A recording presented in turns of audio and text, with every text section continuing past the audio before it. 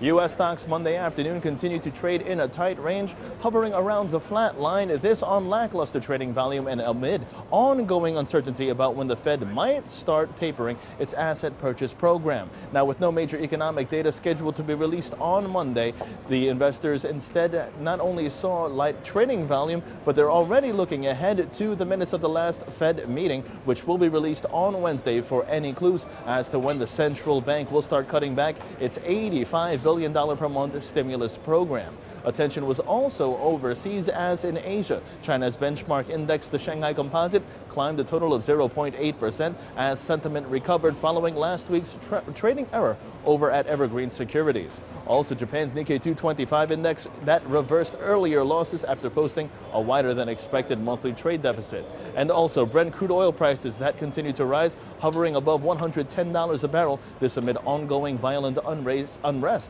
in the nation of Egypt. And the dollar continued to remain steady.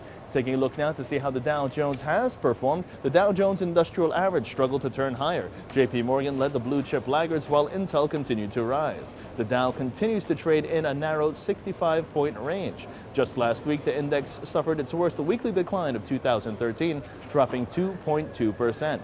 The S&P 500 and the Nasdaq also traded in a narrow range, and the volatility index that rose above 14.